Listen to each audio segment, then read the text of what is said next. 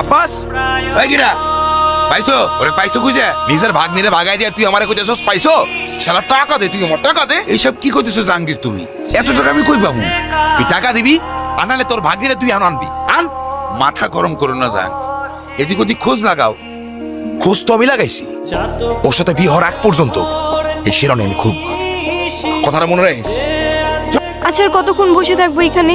সন্ধ্যা তো হয়েই গেল। আরে সেটা তো আমিও বুঝতেছি না, একটা গাড়ি আসতেছে মনে হচ্ছে। এই মামা, কিরে তুই এখানে কেমনে কি? বলছিলাম না কেসমত থাকলে আবার লেখা হবে, ঠিক হয়ে গেল। হ্যাঁ আমার কিসমত অনেক জোস, তো এই জন্য তোর সাথে আবার দেখা হয়েছে। এখন বল এদিকে পাম্প কই আছে তেলের?